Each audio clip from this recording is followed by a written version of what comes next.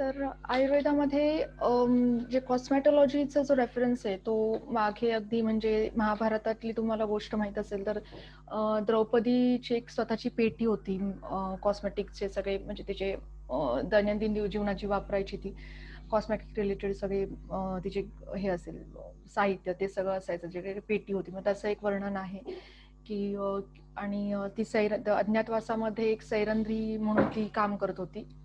म्हणजे त्या विराट राज्यामध्ये ती ॲज अ मेड काम करत होती. तिथे सगळं केश रचना आणि हे तयार करायची ती तिच्या राणीचं विराट राज्याच्या. मग तसे एक रेफरन्सेस आहेत की एवढ्या जुन्या काळात पण कॉस्मेटिक रिलेटेड वगैरे सगळं लोक यूज करायचे आणि तेव्हा पण बऱ्यापैकी म्हणजे यूज होता. फक्त एवढंच की आता जरासं त्याला खूपच मार्केटिंग झालेलं आहे खूपच कॉस्मेटिकचं. पण त्या काळात एवढं नव्हतं, पण दैनंदिन जीवनामध्ये वापरायचे. प्लस मेहंदी आहे किंवा हिना आपण म्हणतो ते पण सगळे यूज करायचे तेव्हा. आणि दुसरं कालिदासाचं मेघदूत वगैरे जे आहेत काव्य त्याच्यामध्ये पण केशरचना किंवा हे आणि असं वर्णन आहे. आणि मध्ये एक मागच्या महिन्यात मी हम्पीला जाऊन आले तर तिथे सुद्धा एका मंदिराच्या भोवती पूर्ण केश रचनांचे कोरलेलं होतं. वेगवेगळ्या एका पूर्ण मंदिराच्या पूर्ण भिंतींवरती त्यांनी कार्विंग्स केलेले होते. तर त्याच्यामध्ये तर त्या भिंतींच्या कार्विंग्समध्ये पूर्ण असं एक पट्टी होती, त्याच्यावरती पूर्ण केशांची रचना कोरली होती वेगवेगळ्या प्रकारची. म्हणजे आता जे कर्ली हेअर्स आहेत, काही वरती बन्स बांधलेले असतात तसे वगैरे असं सगळं. तर जुन्या काळात म्हणजे काही हजारो वर्षांपूर्वी पण पासून केश रचना किंवा सौंदर्याची हे जे विचार केलेला होता सगळ्यांनी. मग आपण आयुर्वेदिक रिलेटेड कसं आपण स्किनची काळजी घेता येईल आपल्याला ते आपण बघूया. तर त्याआधी आपण आपल्या स्किनचा प्रकार आपल्याला कळला पाहिजे की काय आहे. आयुर्वेदिक स्किनचे काय प्रकार आहेत तर बेसिकली वात, पित्त आणि कफ असे 3 हे दोष आहेत आयुर्वेदानुसार. तर त्यातल्या कॉम्बिनेशनची स्किन ही प्रत्येकाची असते. त्याच्या कॉम्बिनेशनची प्रत्येकाची बॉडी असते, प्रकृती असते आणि त्याच प्रकृतीनुसार त्यांची स्किन म्हणजे त्वचा आणि केसांची रचना असते. तर हे काय आहे बेसिकली तर वातचे ह्याचे जे वातचे जे माणसं आहेत किंवा त्यांची जी स्किन आहे ती जनरली अशी ड्राय असते आणि खूप त्यांची वात प्रकृतीच्या लोकांची जनरली बॉडी किंवा स्किन ड्राय असते, त्यांचे केस कर्ली असतात आणि खूप म्हणजे अगदी साध्या नॉर्मल टेम्परेचर किंवा वातावरणामध्ये पण त्यांची खूपच ड्रायनेस आणि काळे सावळे वगैरे असे असतात ते. मग अशा लोकांना जास्त ऑइलिंगची स्किन ऑइलिंग चेहऱ्यासाठी पण अभ्यंग आणि केसांसाठी पण ऑइलिंगची जास्त गरज असते. सेकंड येतो तो आपण त्याचे पण डिटेल नंतर बघूया. सेकंड येतो तो पित्त प्रकृतीची. म्हणजे पित्त प्रकृतीच्या लोकांमध्ये सुकुमार त्वचा असं सांगितलेलं आहे. म्हणजे सुकुमार म्हणजे उन्हामध्ये गेलो की आपण लगेचच असं रेडिश स्किन होते त्यांची, रेडिश किंवा टॅन होते स्किन.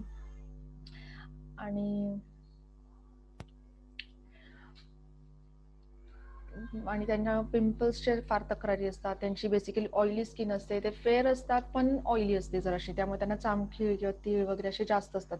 पित्त रिलेटेड जर तुमची स्किन असेल तर.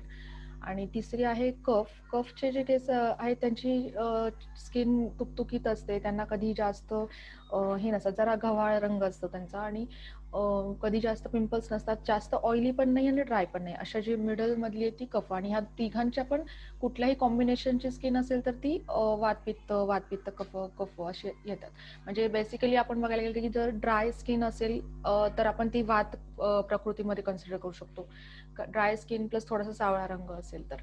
नंतर जर पित्तची जर ऑइली स्किन असेल तर मग ती आपण पित्तची ह्याच्यामध्ये कन्सिडर करू शकतो. Oily plus fair and little reddish म्हणजे उन्हात गेल्यावरती रेड होते वगैरे अशी जराशी टॅन लगेच होते अशी ती पित्तमध्ये आपण कन्सिडर करू शकतो. आणि कफाची जी आहे ती ह्या दोघांच्या मधली ती आपण कफाच्या बॉडी प्रकृतीमध्ये स्किन दिशा आपण कन्सिडर करू शकतो. हे थोडंसं क्रिटिकल आहे म्हणजे आयुर्वेदिक लोकांना कळणार नाही, पण ॲज माझे फ्रेंड्स पण थोडेसे जॉईन आहेत तर त्यांना लगेच क्लिअर होतील ही आयडिया. तर हे झाले बेसिकली वातपित्त कफाच्या आयुर्वेदानुसारच्या skin types. Going on forward, screen change होत नाहीये. So basic any all the types of स्किनसाठी आपण जे रुटीनली करायला पाहिजेत त्या मी प्रोसिजर्स शॉर्टमध्ये सांगेन. तर फर्स्टली येतं की क्लेन्झिंग. क्लेन्झिंग म्हणजे आपण नेहमी जे चेहरा धुतो तेच. फक्त आपण कसं आहे जास्त जास्त जे बाजारात मिळतात ते केमिकल्स युक्त फेस वॉश किंवा सोप्स वापरतो. तर आपली चेहऱ्याची स्किन ही खूपच म्हणजे आपल्या शरीराच्या स्किनपेक्षा चेहऱ्याची जास्त सेन्सिटिव्ह असते. त्यामुळे सगळी कधीही प्रॉडक्ट घेताना त्याच्या मागची जी लिस्ट आहे की काय यूज केलेलं आहे त्या प्रॉडक्ट्समध्ये, जरी ते आयुर्वेदिक म्हणतात, आता एक्झाम्पल झालं तर हिमालया कंपनीचे असेल किंवा कुठल्याही कंपनीचे, तर त्याच्यामध्ये आयुर्वेदिक लिहिलेलं असतं, पण मागे जे जर आपण कंटेंट्स बघितले तर त्याच्यामध्ये हार्डली 10 मिलीग्रॅम आयुर्वेदिक कंटेंट असतो. आणि जास्तीत जास्त त्याच्यामध्ये प्रिझर्वेटिव्ह किंवा हे जे केमिकल्स यूज केलेले असतात.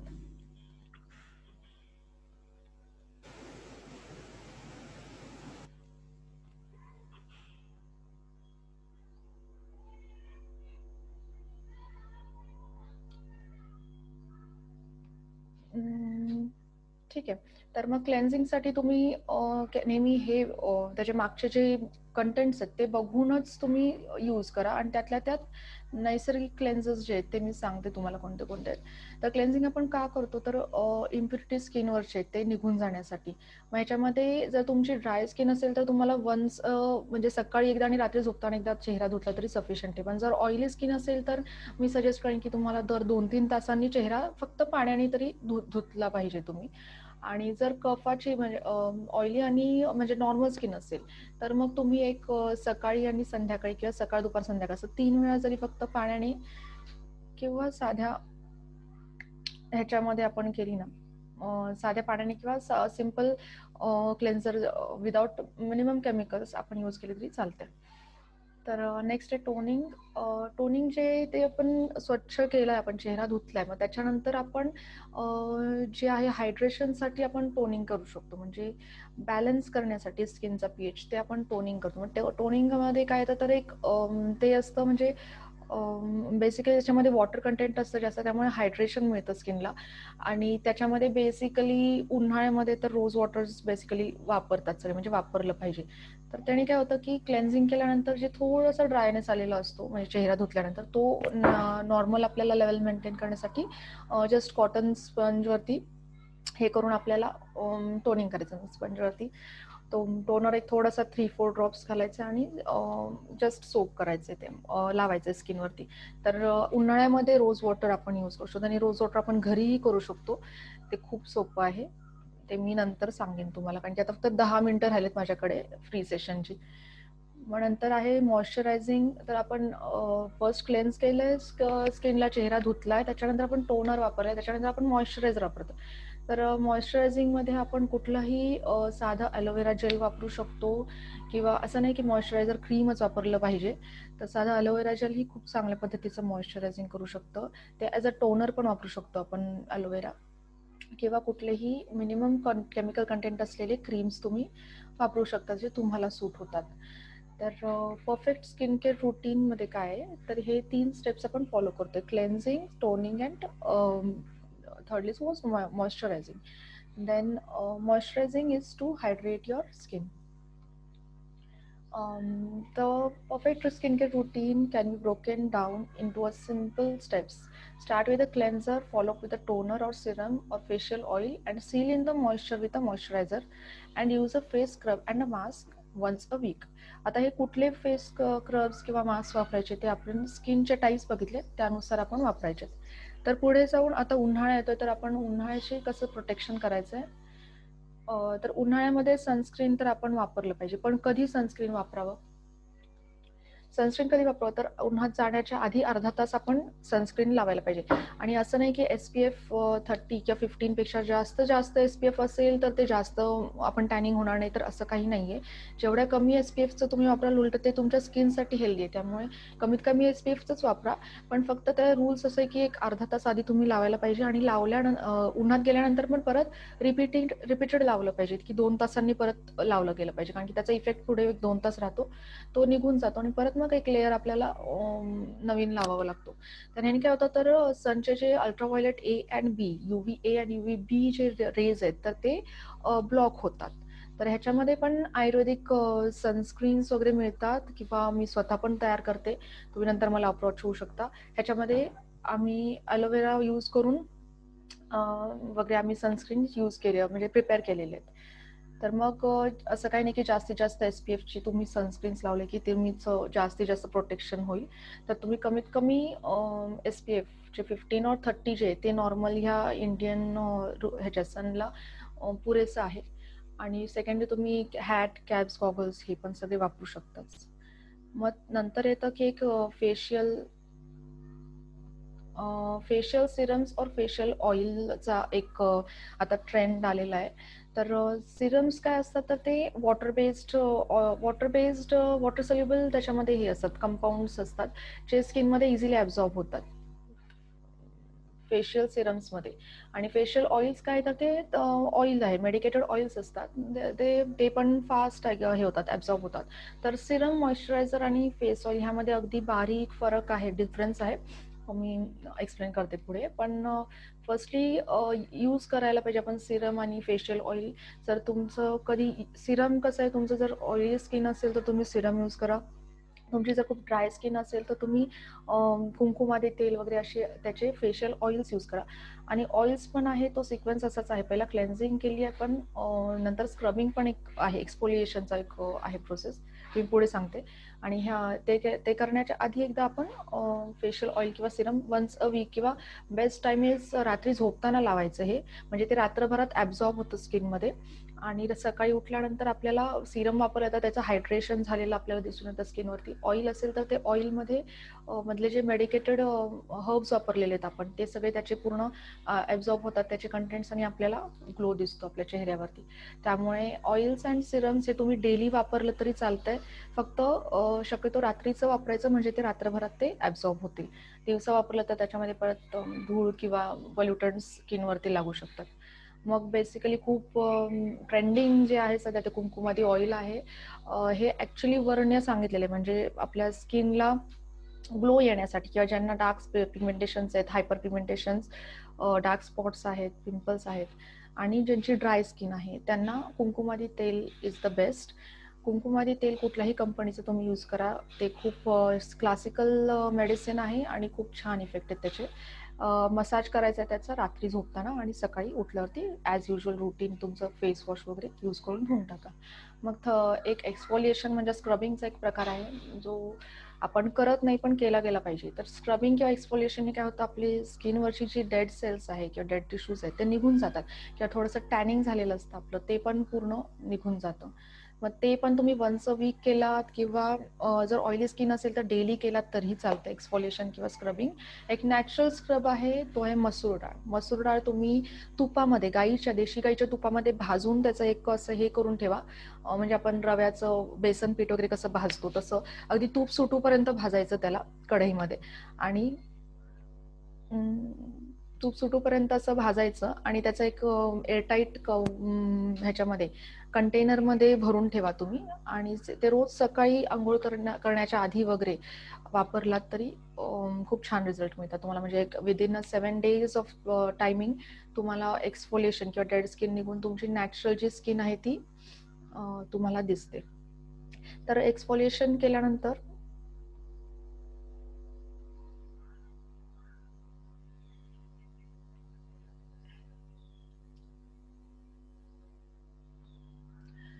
ओके 5 minutes राहिलेत I think, and people are still joining on. So exfoliation म्हणजे स्क्रबिंग करतोय आपण, त्याच्यानंतर आपण फेस वॉश करायचा आहे साध्या पाण्याने आणि नंतर पूर्ण तो कोरडा करायचा आहे.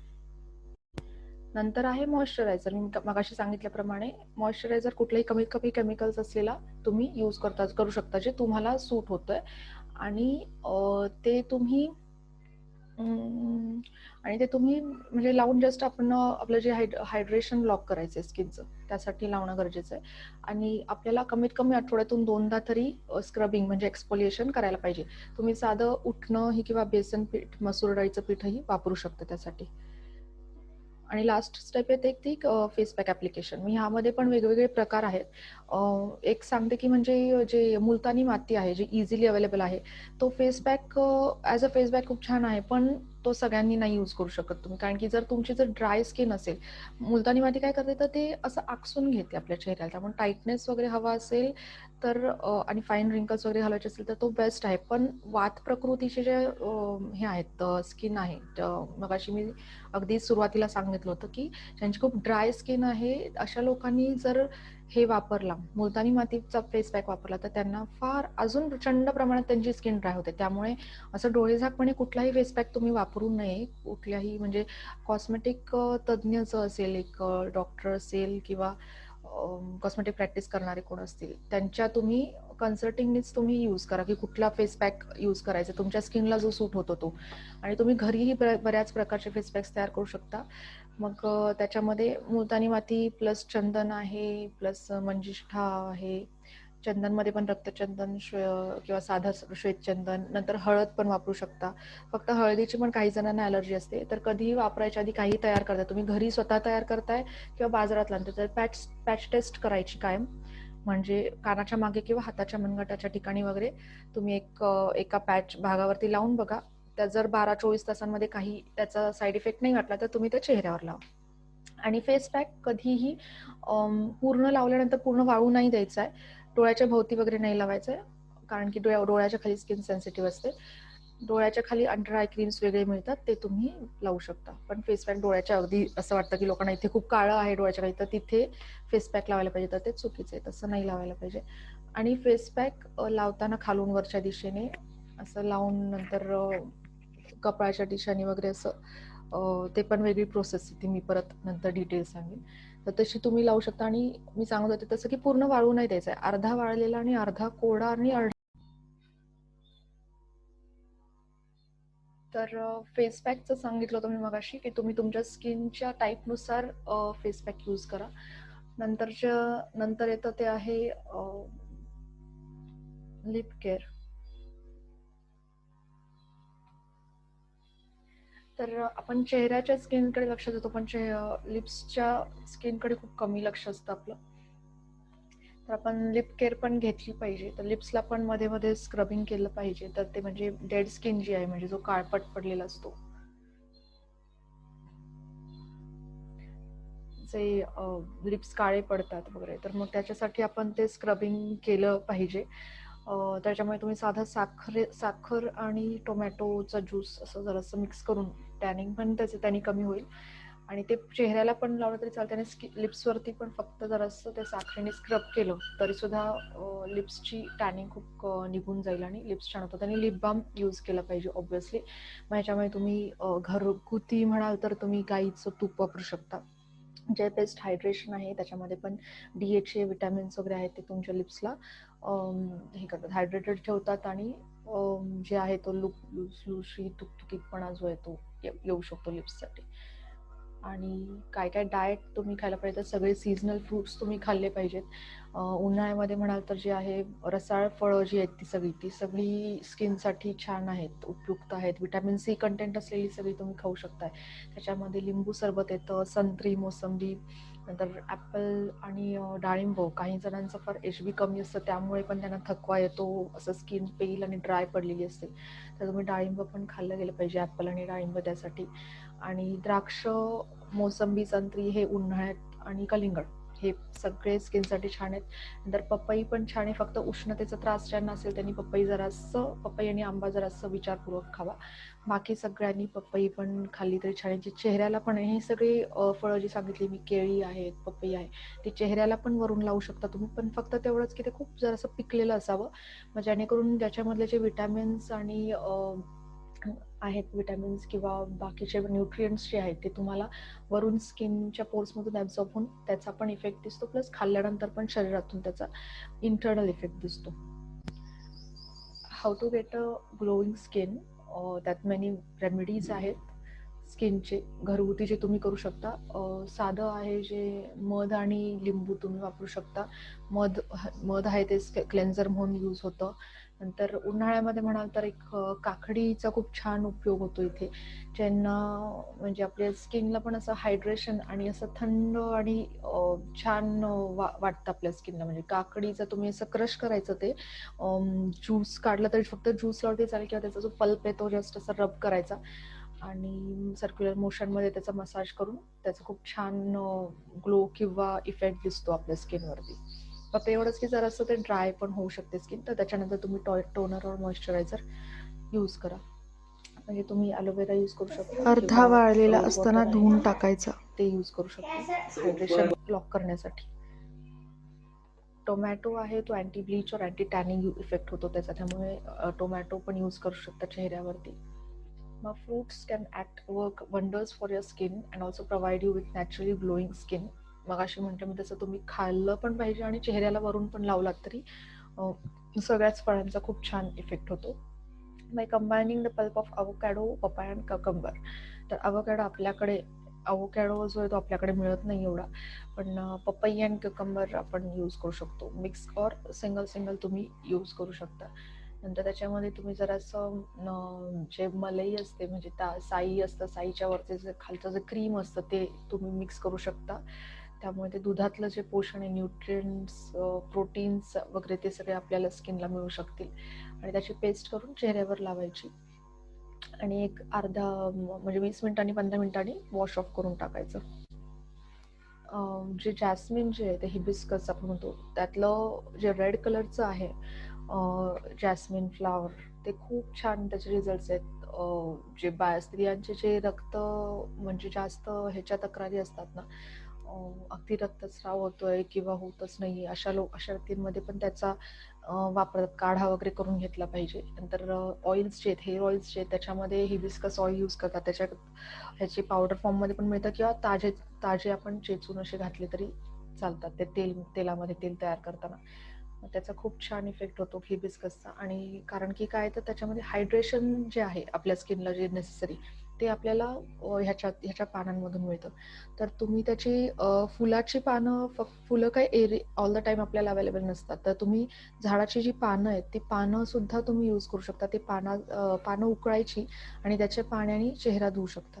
त्यांनी पण तुम्हाला जे म्युसिलेज म्हणजे बघितलं तर पान कसं असं त्याचं असं जरासं सॉफ्ट आणि त्याला एक बारीक असं तुकतुकीतपणा चकाकी असते, तर ती तुमच्या चेहऱ्यावरती तशा पद्धतीची यायला हेल्प होते ह्याच्या जास्वंदीच्या पानांनी.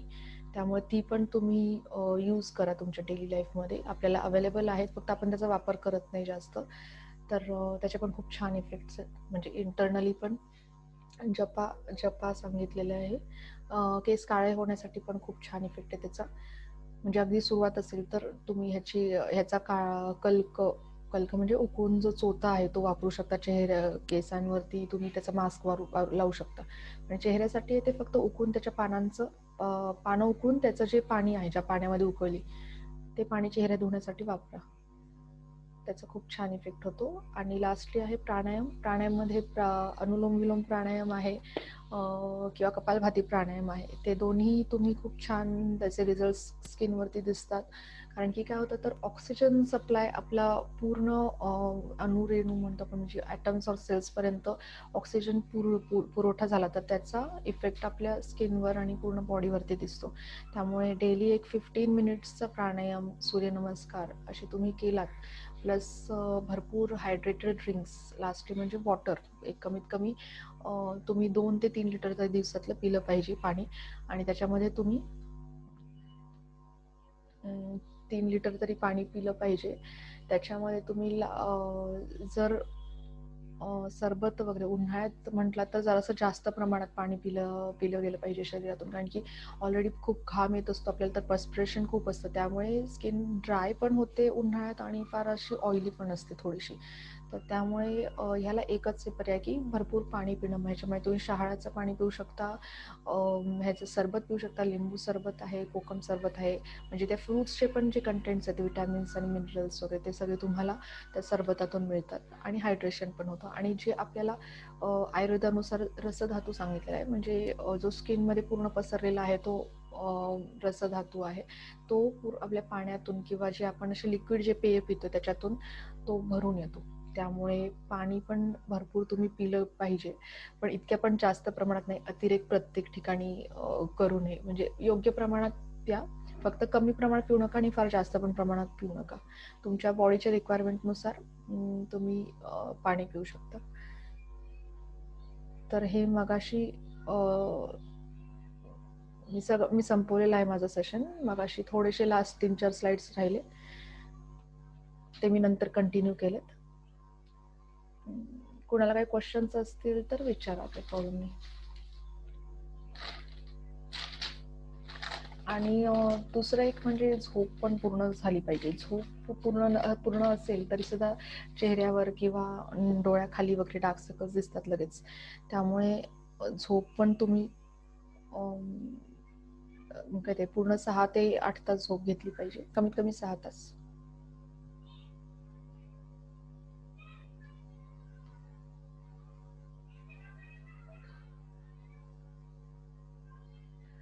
ओके. तर कोणाचे काही क्वेश्चन्स असतील तर मला विचारा, नाहीतर मग मी एंड करते सेशन.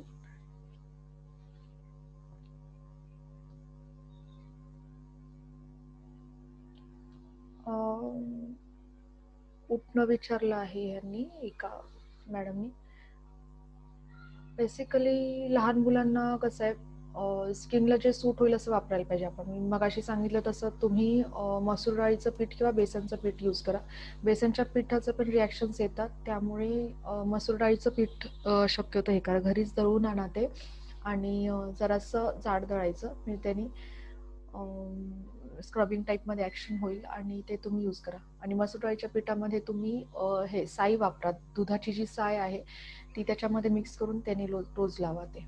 आणि जर लव असेल बारीक अंगावर तर आंबट दह्यामध्ये लावायचं ते.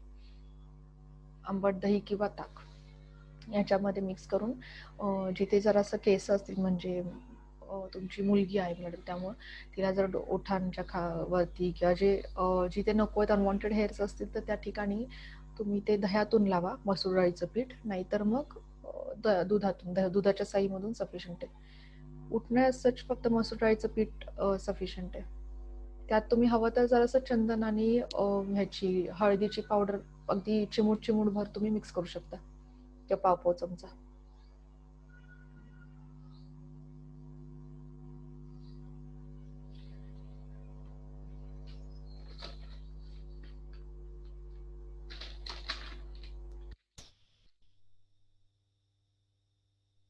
आणि क्लेन्झिंग आपण उठणं जे आहे ते आपण एनी टाइम सगळेच यूज करू शकतो, असं नाही की लहान मुलांनाच वापरलं पाहिजे. ते मोठे पण तुम्ही उठणं any time as a scrubber म्हणून यूज करू शकता. ते युजफुलच आहे आपल्याला. ठीक आहे, मग thank you all for attending this session. I will end the meeting now. आणि कुणाचे काही क्वेश्चन्स असतील तर विचारा.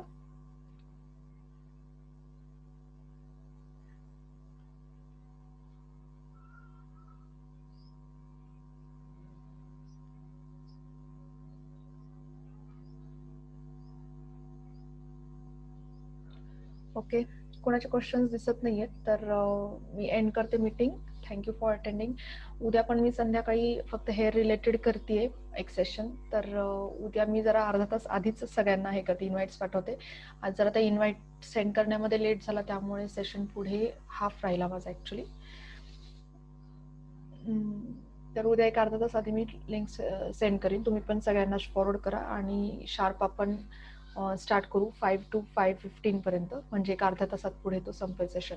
फक्त हेअर रिलेटेड असेल तो सेशन, आणि काही क्वेश्चन्स असतील तर ते मला मेसेज करून ठेवा आधीच, म्हणजे मी त्याच्यामध्ये आन्सर्स रेडी करून तुम्हाला लगेच मी सांगू शकते. Okay, bye. Thank you for attending. Have a nice day.